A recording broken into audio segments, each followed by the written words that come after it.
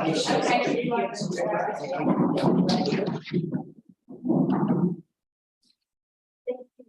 everybody, and welcome to councillor staff and members of the public. Apologies that we're late starting. That was unfortunately put out of our control. If we're all in now, that would be really great.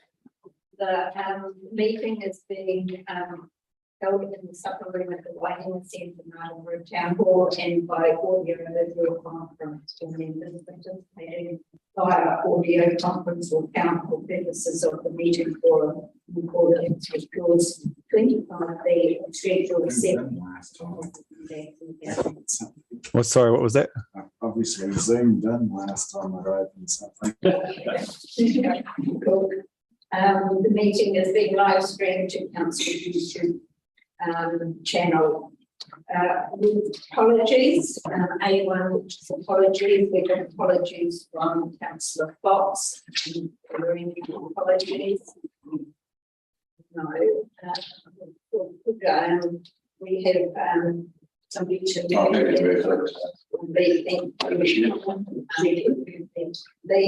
you very much. All those in favour, please raise your hand. Right, carried. Lovely. A2, which is conflicts of interest. Does anyone have any conflicts of interest for today's meeting? Okay. I'm not aware of public participation today, and public participation today, and therefore I feel actions from public participation we won't have those. Is there any extraordinary business to be added to the agenda? No, good. So we're up to A6, which is the considering the minutes from the Planning and Regulatory Committee meeting held on the 13th of July 2022. Are there any corrections to this report needed? No. Do I have a mover that the minutes of the Planning and Reg Committee meeting held on the 1st of June 13th of July. 13th of July 22 are true and correct report. Thank you, Mr. West. Thank you, Hay. All those in favour, please raise your hand. Okay. All right. Right. C1 information reports.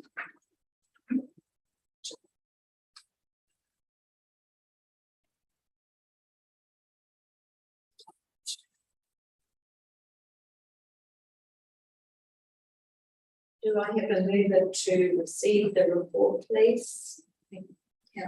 Okay. Do I have a seconder, please? I'll second that. All those in favour, please say aye. Aye. All those against? Carried. Cool.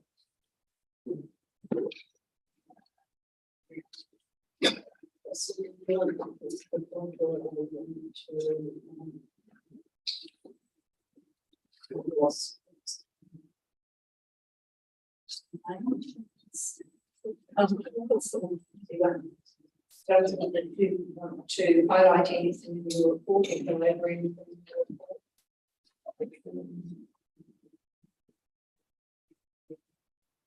Does anyone have any questions? Just sorry if I made through. Obviously, there's a little bit more update in terms of the social plan. Other than what's here, is it possible to get a little brief summary of where you're at with the Feds master plan? Yeah. And just in terms of the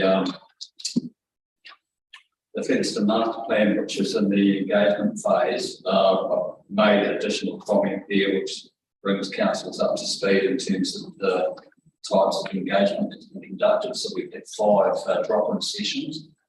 So it's informal an informal style of engagement. Of those 5, 3 were during the day with Kendall, planning officer Kendall, sitting in the library and hearing from the public, and then 2 evening meetings which we attended, and the flavour of those meetings were idea generating, both high level and specific feedback from the community, which was really good. Also an awareness of some of the constraints that Featherston as a town has, as well as options for activating business in the main street, creating more pedestrian connections through the town, for example, and consideration for 2 options that are within the discussion document. So certainly as active engagement with the community, it was good. I thought in terms of open discussion, the evening meetings were held in suburb of Kiwi Hall, and they were very productive. So Kendall is busy at this very moment summarising the feedback. We had a total of, in the report it mentions, figure of 120 submissions. Well, the latest figure on that is 151 submission feedback. That's right. On different topics. And the other value that you look at in terms of that engagement is that it's both an opportunity to for staff to answer questions and advise, as well as sitting there and receiving information and discussing points as they come up. So it was a pretty active space. Can I just ask if the mayor would further us in terms of new initiatives, new I guess visions that people have come to over the last few weeks that you've been doing those outside of what was initially discussed and which formed the core of the document initially for discussion. Is there anything new that has actually come from those discussions? One thing that I recall is both consideration of activation of the main street for more commercial activity, Yep. but that itself is dependent on commercial operators taking up that opportunity, Yep. but also more commercial activity around the existing bookshops, the street view Machines is, for example, and that role of bookshops Yep. there. So Yep. more commercial potential there, as well as the main street. And those points around making, not losing sight of Featherston being a well-connected and walkable community. And the flavour has been very much one of recognising the value of where the existing train station is and potential development around it and commercial activity perhaps in the future, as well as commercial activity in the main street, as well as traffic calming initiatives for the main street and working with the agents. Yeah, just any further discussion on housing density and the street, I guess. Sorry, Alex. No, that's I guess what I was, yeah. Because a lot of that's obviously it's come back through my channels, I guess, in housing density, and I'm just wondering if there was more conversation on that. It was quite healthy in the sense that recognition that the growth is needed for the activation and for the commercial that it will bring to the main street for future commercial activity. Reasonable level of comfort with recognition of the need to densify, recognition of that whilst we're doing our work regionally, Wellington Regional Leadership Group is doing their thinking on growth, and acknowledgement that we're in one of the 7 complex development opportunity areas. So Good. I would say it was pretty positive with the community on that in terms of having their minds open to the context of why things are needing and to be done and the potential of that. Wonderful. Thanks, Russell.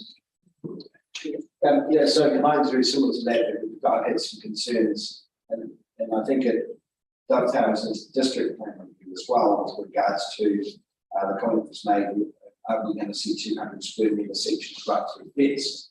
And I said, well, no, that's a part of its master planning, but we want to get some assurance possibly in this meeting regarding how we're going to approach that density.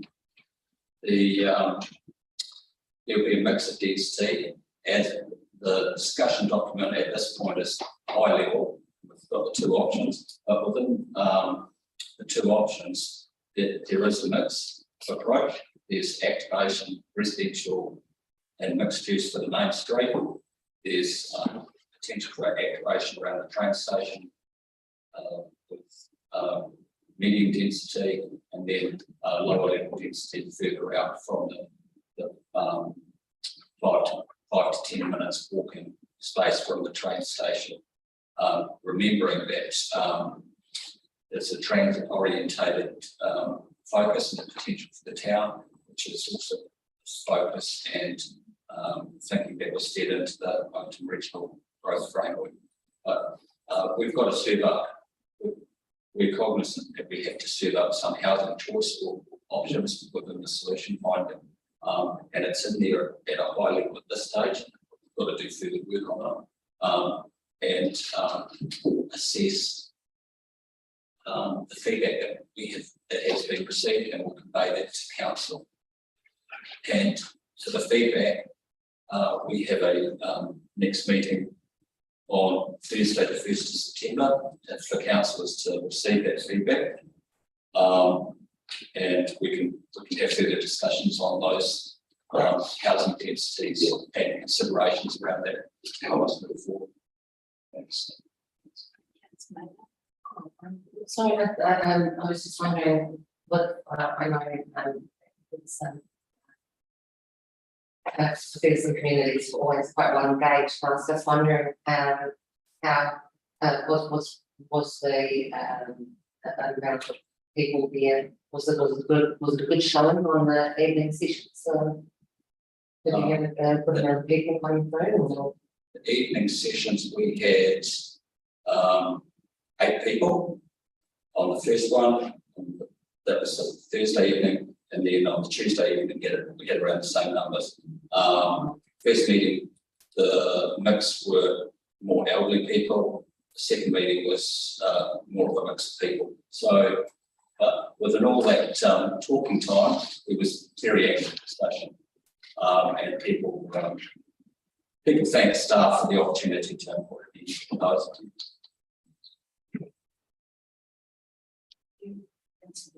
Thank you, Madam Chair. Looking at housing density, that would be highly likely, highly probable that there would be more houses going up in the fenced area. Is council prepared, or is council not prepared, but that's going to increase the amount of workload for council, and how would we get that? You mean in terms of infrastructure? Or? I suppose you would, but I would have, we've just been recognised as one of the 7. So with that and housing density, the increasing of building houses would surely impact the ability of council to respond. We need to, in my work with Free and Richard Kendall, we need to be mindful of that. We will be, but it's a issue that many councils face. All those 7 in the mix of the 7 CDOs across the region, but also within the mix of us talking to reps of Wellington Water in an ongoing manner in terms of service capacity and growth. The only other point I make is which brings us back to population projections, is that our planning project is planning across 30 years. Census partners have indicated a population increase across 3 decades of 1,730 persons, so around 950 homes to be provided for. So it's part of our we need to be doing what we're doing. Keep going ears open to any issues in terms of connection between infrastructure implementation and implementation aspects that you raised. Oh, yeah, sorry, council, but the other point is there's a second design, Sheree, which officers will be having with agency reps in Featherstone, and that's on the 5th of October as part of the refining and shaping the document master plan further towards shaping it into a draft that is as council's back and towards public release. So that's the other meeting that will be happening in October. Can I just ask a question, Russell, when the submissions and discussions, did it come up, in duplex housing type situations and solutions?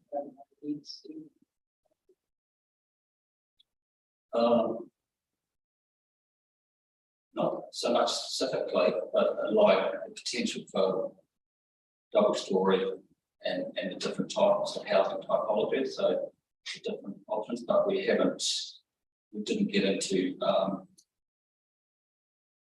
detailed discussions around it. It's more a high level and recognising constraints, but we certainly indicated that we could provide a mixed solution suitable for the town, but also be mindful of the town's existing character and future character aspects that the community doesn't want to negate it as we deal with the problem.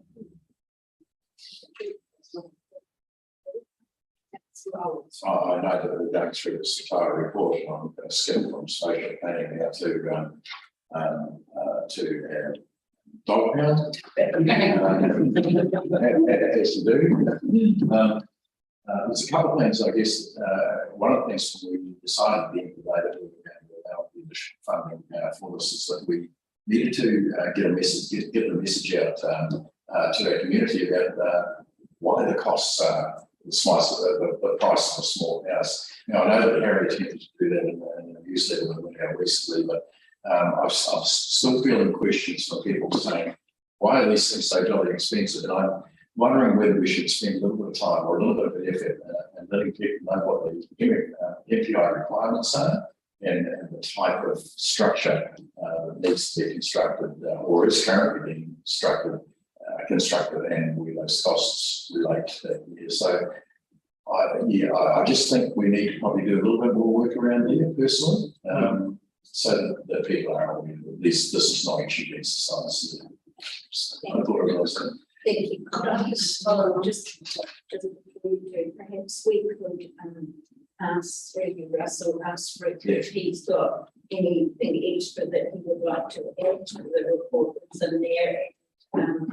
And maybe Yeah, that's right. So it's not that's fine. Was that, sorry, and was that the question or did Yeah, no, like I said, I moved from the spatial planning to the knockout. It's very close. I'm skipping the RMA. Shows you where our thinking is to be. So yes, we took on board that conversation, I think, at the last meeting that we had, and so comms team and myself are looking at how we can explain that in a way. And I'm not going to step on their toes as to how it was, but I have a couple of ideas, obviously, and one of them is being brought to the table from our designers as well, and that we're looking at trying to not a YouTube sort of video, but a progression in terms of the build and different things like that. Now, I'm not an IT guru or any stretch of the imagination, so just to find a 12-year-old that will be able to get the iPhone out and help me out. That's the sort of comms that we want to put out there. We understand that it's a major project and people do have a lot of questions, especially in regards to it. So that's what we're doing. So hopefully that would come out. Yeah. So that's the idea is, sorry, the idea is to make a clock that we can hang a lot of information on. Yeah. You know, about why it's built this way, what is why it has to be a standard. That's what that's what we do. And we're excited. Number away from that, this is if we have points of time on the stages of the build, we can actually see it's being held as well. And there's a data for people to read some more information about what's in the time. That's great, thanks, Eric. Thanks, Rick. So you can do this, sorry, just bearing in mind what Harris is, not going to do one secret slide.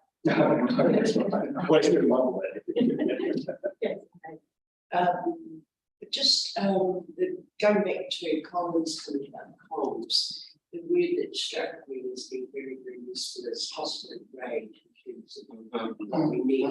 But the other thing that I think could just an idea not to step on comms and operational flows.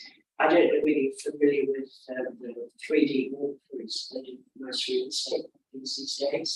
And you can actually purchase the one and do that with minimal student funds or so maybe this. So that could be something once you're at the point you do a 3D product would be quite cool.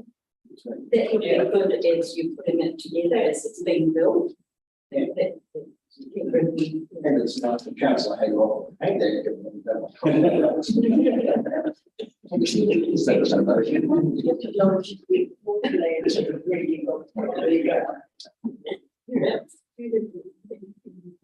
That was. That's an interesting, thank you, Rick.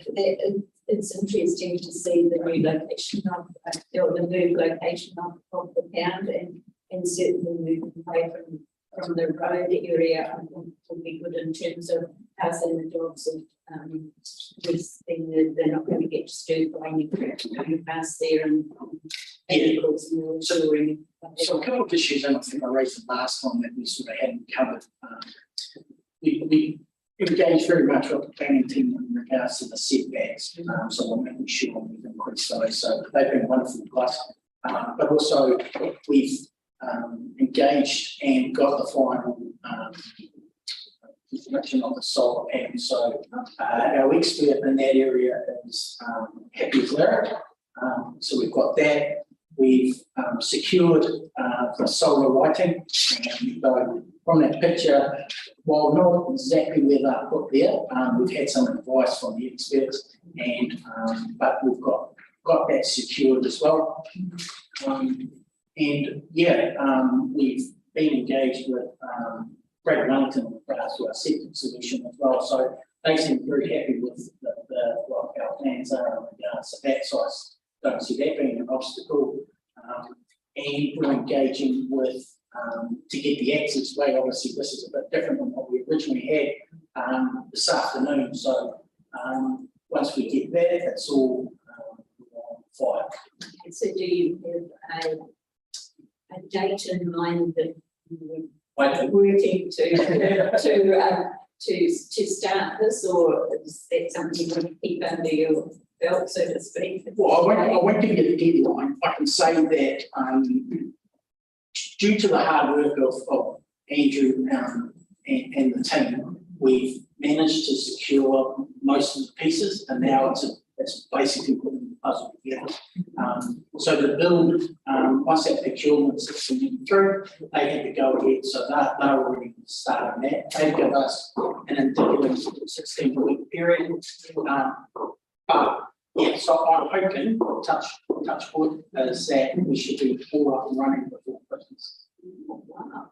So yes. And I think 13 days ago you met Patrick Mopal.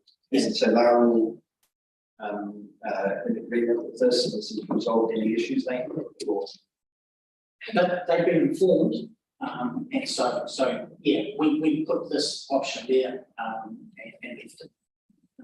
so you're still waiting to see that.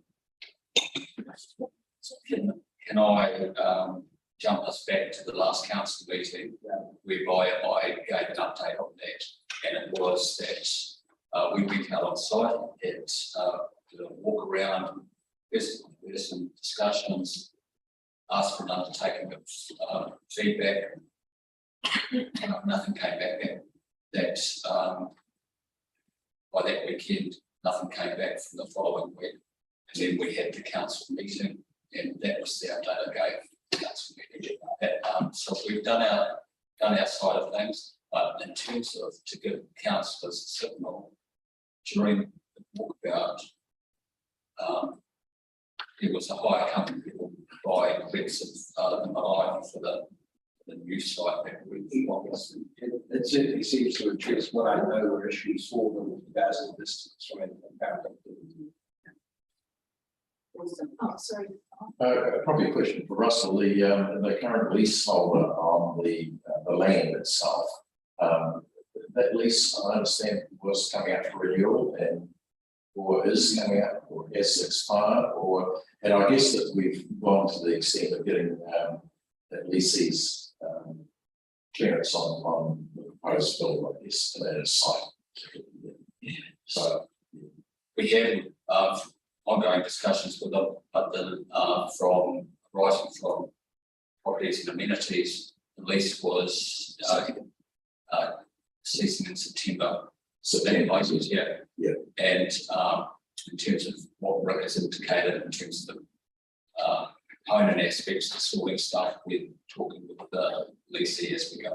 So sorry, this is the second part to my question. There's in terms of the proposed location where it will be located, have we made some inroads in getting that block surveyed off so that it doesn't fall with the risk element with building through all this reforms?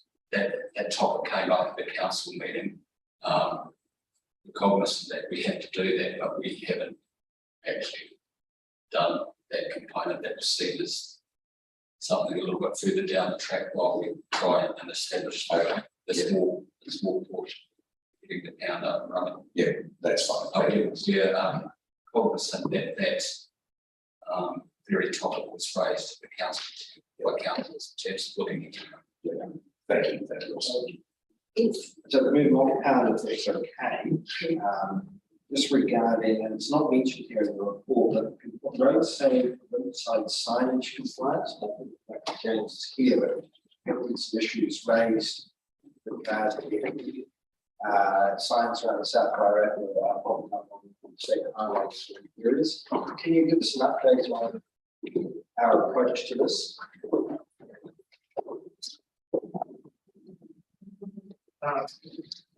Representative Chair, we're still working through some of those.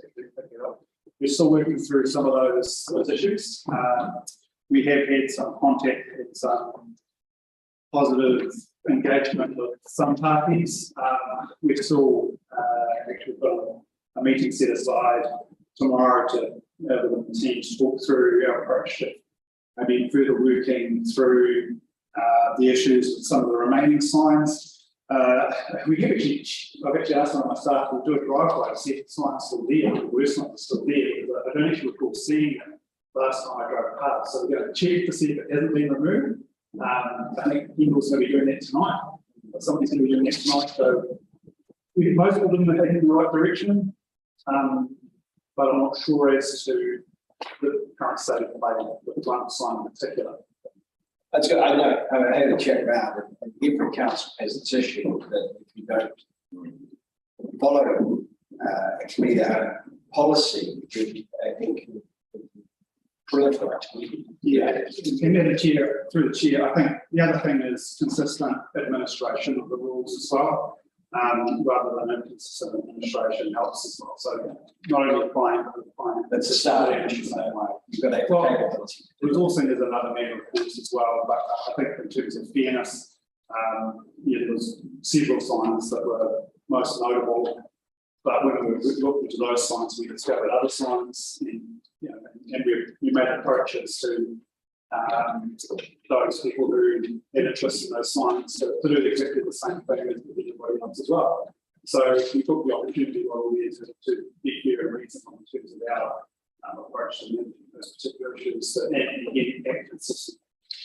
Thanks, Jack. Before James comes, I just have one question in terms of Warren Crime District Plan Review.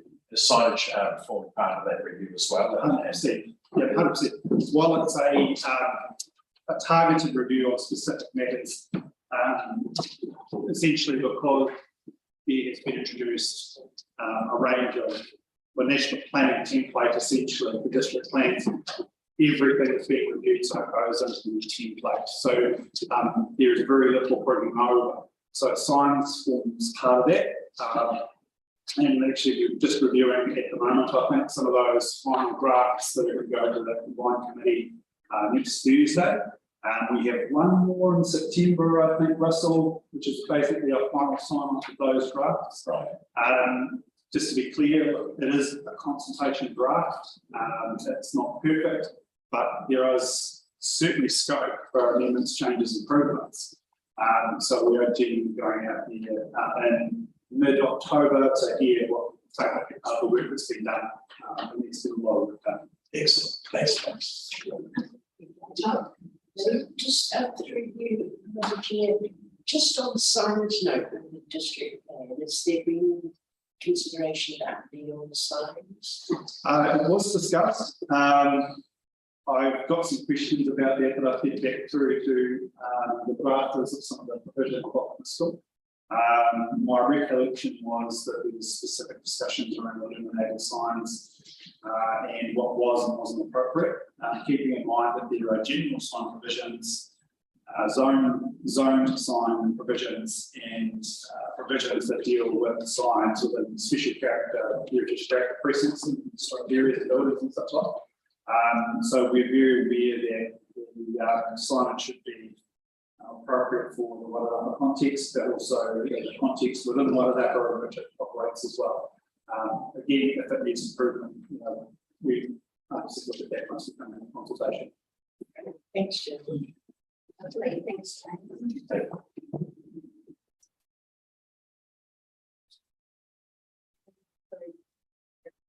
Did I? Yeah, sure we are. I just take councillors back to the earlier talk about the only other component update to share is that after the council meeting, we gave Rick crafted an email update to MPI officer. We've been dealing with the past to convey council's commitment to power in the new facility, so we received a acknowledgement back from the chat, so which was good. Fantastic. To be applied. Yeah.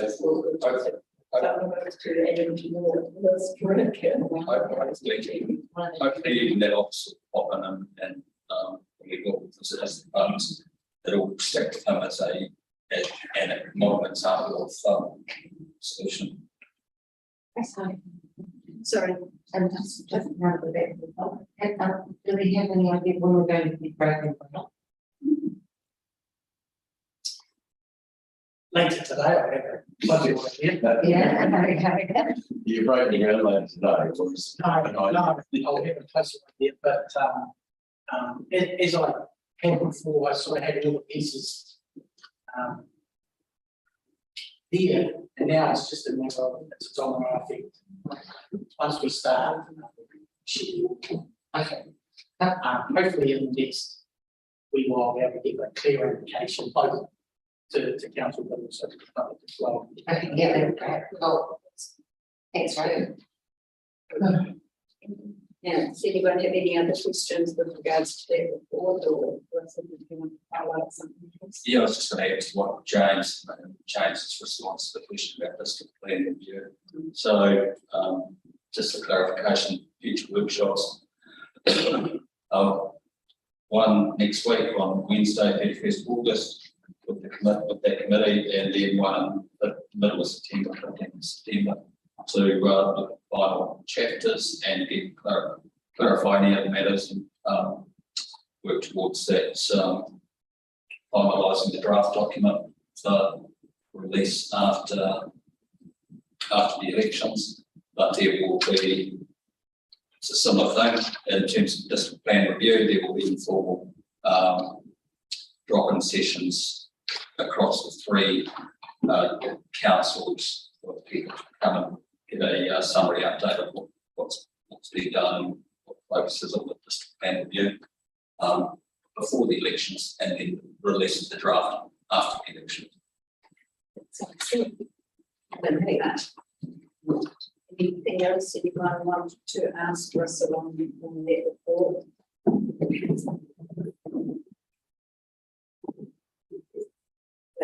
Good. Right. So we're up to item C2, which is the review of the regulatory policies. I'll move that we receive that regulatory policy. Thank you, Councillor Olds. All those in favour, please say aye. Carry. Steve, you've waited patiently there, do you? Would you like to take us through this or? Yeah, sure.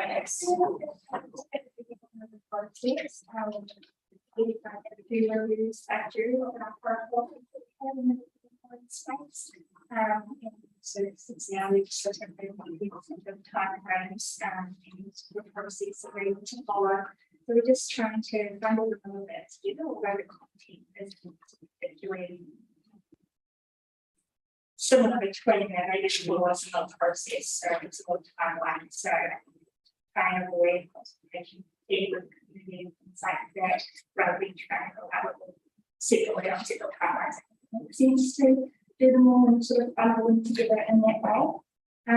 And so it's the report outlines a little bit around the conflict that can happen incredibly early in the policy. So at this stage, I haven't really started with the engagement on the research in terms of changes. This is just really to signal to you that there's time, really.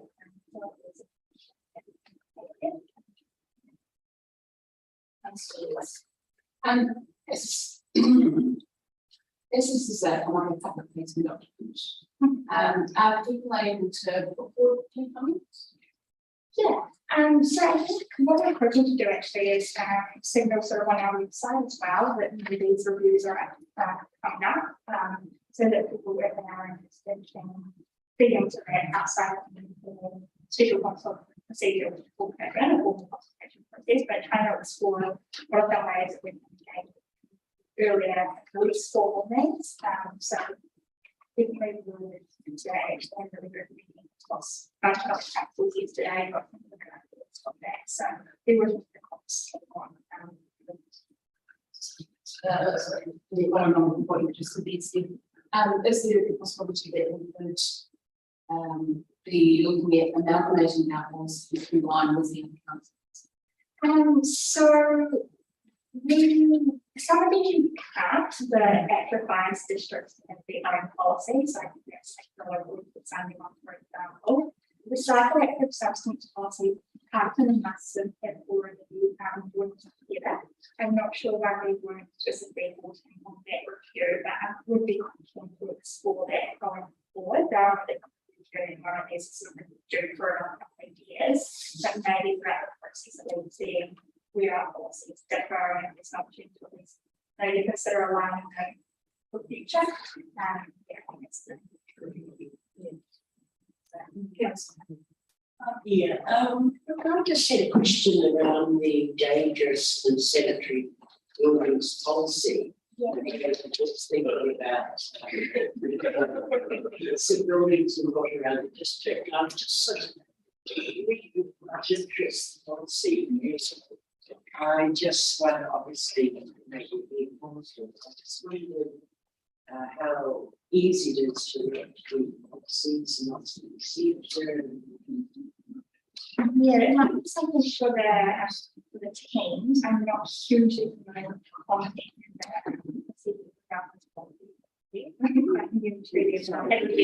No, I haven't used it because I'm not an expert on those policies.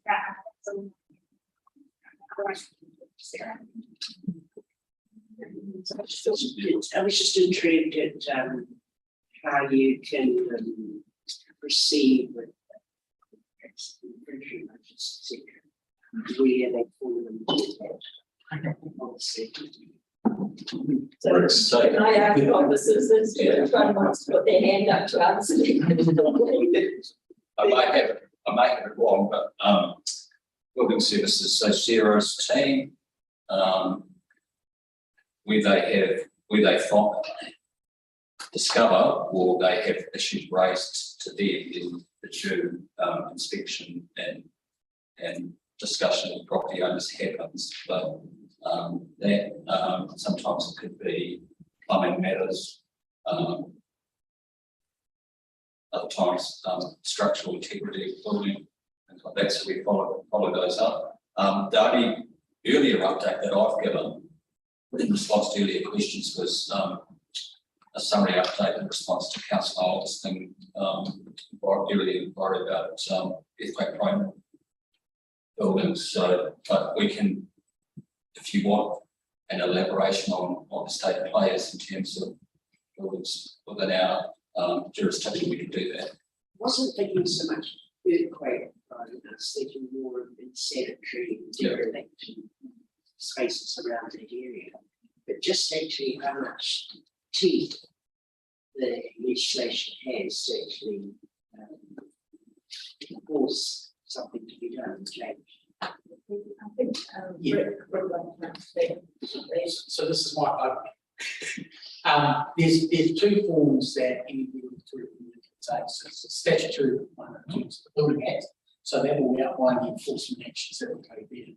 With the bylaw, it's an interesting one. So under the Local Government Act, the enforcement area is very light, would be the word I'd use. So it doesn't have an infringement schedule to offences, which is being raised continually through central government.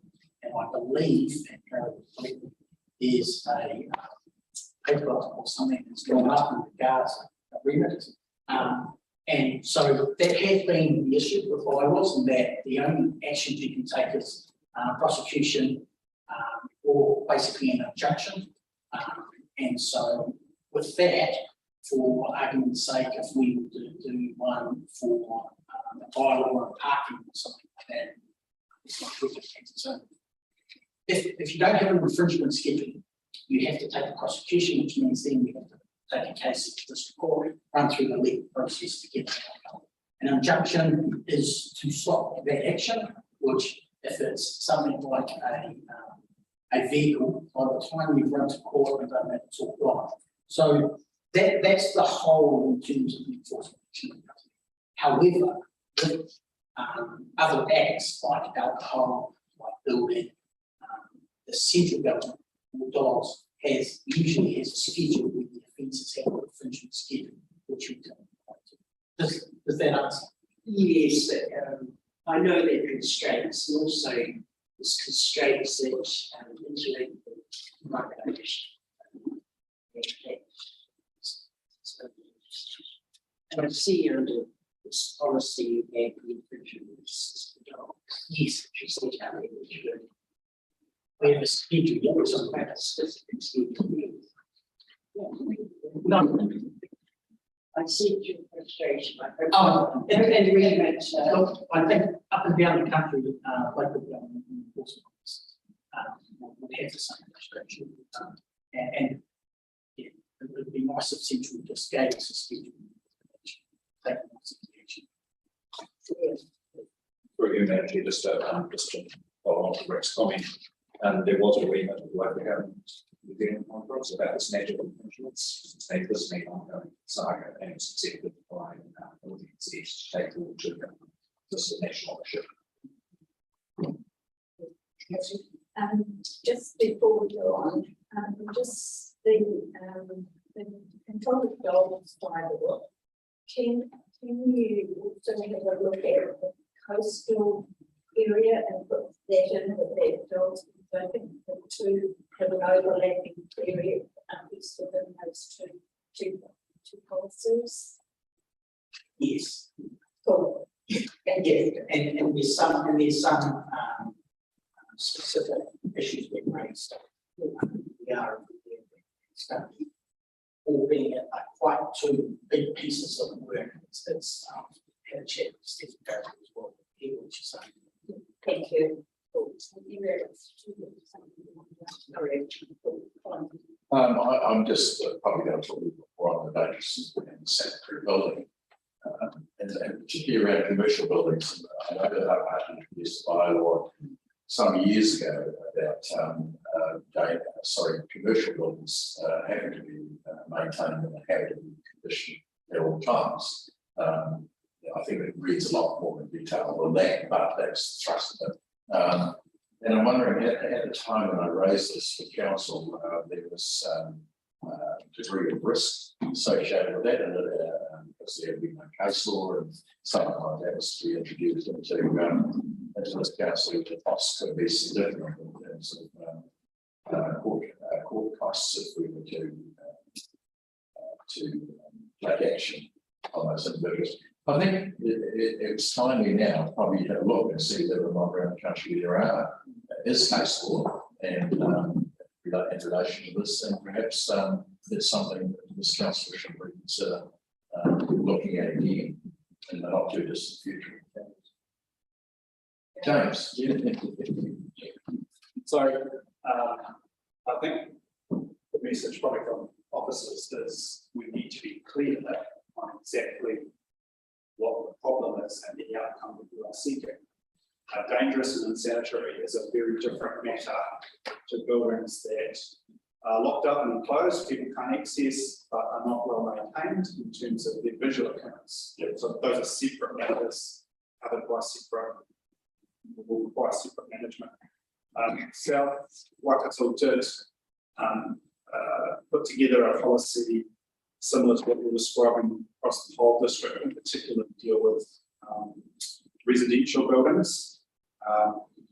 There are costs and benefits, including moving people out of the only home that they may or may not have. But it hasn't, to my knowledge, been used in the 3 years it's been put together. That's not to say that the outcomes aren't achieved by talking and negotiation, which is always officers' first sort of choice anyway, right? So in terms of whether it's been implemented through the courts, that might not necessarily be a measure of success. Okay. The measure of success is perhaps how it doesn't get through the courts. Yeah. Now, and repeating some of the discussions that we've had, councillor, recently, things like tagging and just full upkeep of some of those commercial buildings. You know, there's some things coming in a support statement around looking to incentivise and grow some of these areas that are probably primarily affected by the issues that you're talking about. Yes. And I guess it's not always about rules and big stick, it's about incentives and opportunities. Similarly, I hear what you're saying, you don't want to undermine those opportunities by having or probably slide it. So there's a number of things to put in the bucket, but don't necessarily just fall back straight into your big stick kind of option. Yep. And so I'm probably optimistic that we'll receive some. There'll be more incentive to redevelop once we see the first person come forward and spend the money and realise the value of the property, and I think that will be that catalyst. No, thanks for that. Thanks, James. And the other proviso that comes with that, if the council seeks to be a little bit more adaptive and use other means to solve an issue that's less than desirable in the town, then you go down that other route, your problem solving route, and still at the end of the day relies on the other party to come along to the table and do some problem solving with you. We're just like a good guy. Yeah. And how we achieve that, who knows? Yeah, thank you. Thank you. So, could we, did anyone else have anything else that they wanted to mention out of the report? Yes. Steve, what's the time frame to do someone here? So we only have been done over this financial year, so the time I can see that we need to go a little bit further because there's a lot of consultation activities planned as well. And particularly sort of around the start of next year. That's it. That's changes with the. Because there is got a lot of item that needs to be done on the. Yeah. Thank you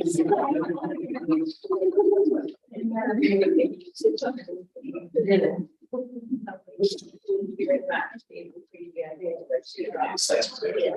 So could we, we've got, under the recommendations, we've got item 2 and 3. Item 2 is note that a review of the psychoactive substances local approved products policy, local Easter Sunday trading shop. Easter Sunday shop trading policy, dangerous and insanity buildings policy, and control of dogs policy and bylaw is about to commence, and endorse the approach, the proposed approach to progress the review of these policies and bylaw. Someone to move those, thank you, Councillor May, thank you, Alex. So with the word adjustment, it's insanitary, not insanity. Oh, did I say all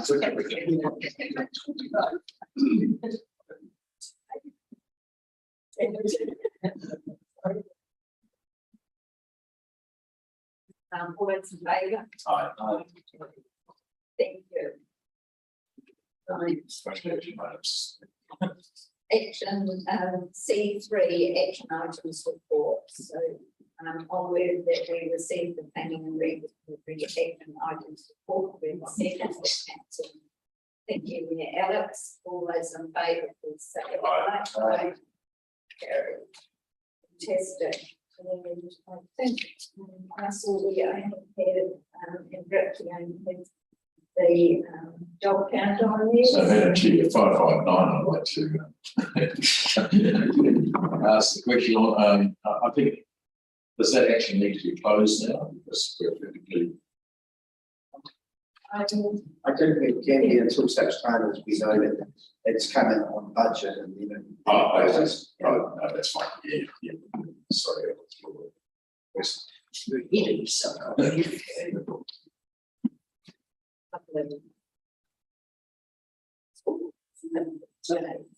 No, That's fine. any questions on that? That's great. So thank you very much for attending today. We will close the meeting.